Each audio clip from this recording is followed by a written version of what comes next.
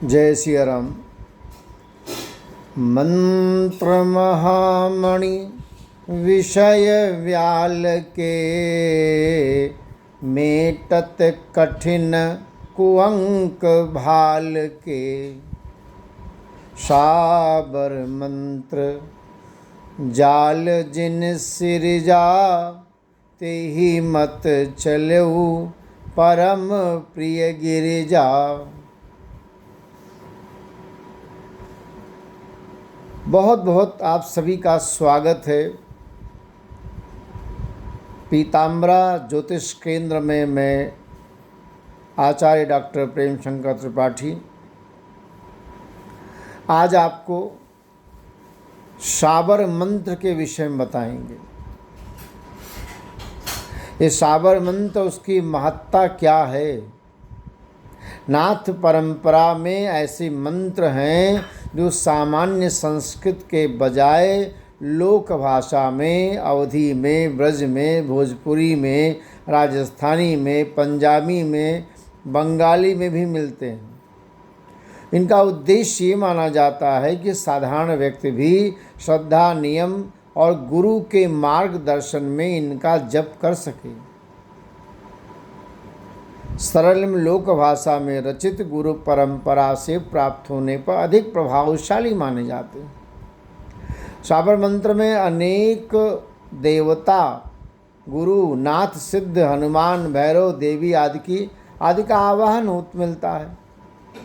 तो इस परंपरा में शीघ्र, ये तांत्रिक परंपरा है, शीघ्र फलदायी माना जाता है। किंतु बिनु गुरु होय न ज्ञान, जो विरंच शंकर सम। गुरु से दीक्षा लेकर साधना और नियम पूर्वक जो करता है उसी को महत्व मिलता है, उसी का सिद्ध होता है। साधना को सरल, जनसुलभ मंत्र बनाते हैं। बड़ी श्रद्धा, आत्मबल, मानसिक एकाग्रता बढ़ाने में सहायक होते हैं। नाथ, सिद्ध, तांत्रिक परंपराओं की अमूल्य आध्यात्मिक धरोहर है।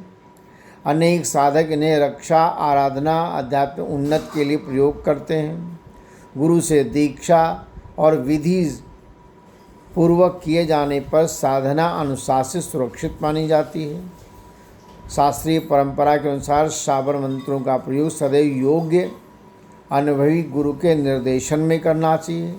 किसी को हानि पहुंचाने या वशीकरण या अनैतिक उद्देश्य से प्रयोग नहीं करना चाहिए, और न ही आध्यात्मिक दृष्टि उचित है, न धर्म सम्मत है।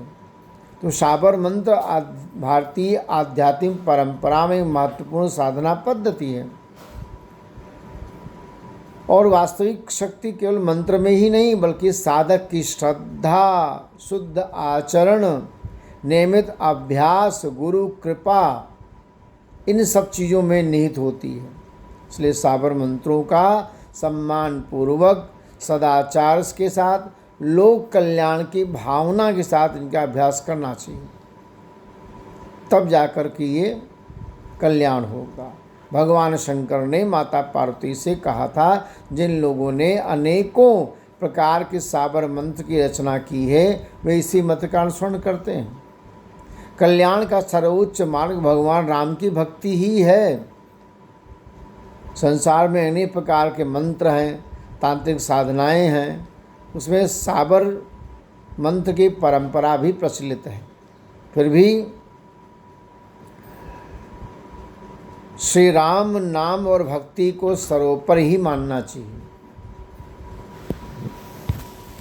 तो साबर मंत्र के जाप से आध्यात्मिक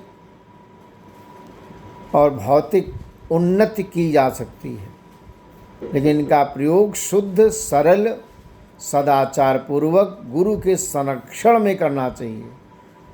वैसे आप जपते रहेंगे उतना लाभ नहीं मिलेगा। जब गुरु कर लोगे, गुरु के निर्देशानुसार करोगे, तो आपके भौतिक चीज़ों का भी, आध्यात्मिक चीज़ों का भी, पारिवारिक, राजनीतिक, और सामाजिक हर तरह की बाधा का निवारण हो जाता है।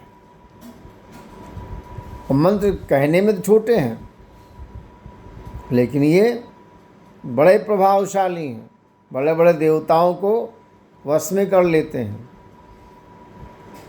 तो आपको यदि हमारी ये छोटी सी जानकारी अच्छी लगी तो आप लाइक करें, सब्सक्राइब करें, और जिन लोगों को मंत्र सीखना हो, जानना है, वे भी कमेंट्स में लिख सकते हैं। हम डिस्क्रिप्शन में अपने नंबर दे देंगे, तो नंबर पर आप फ़ोन करके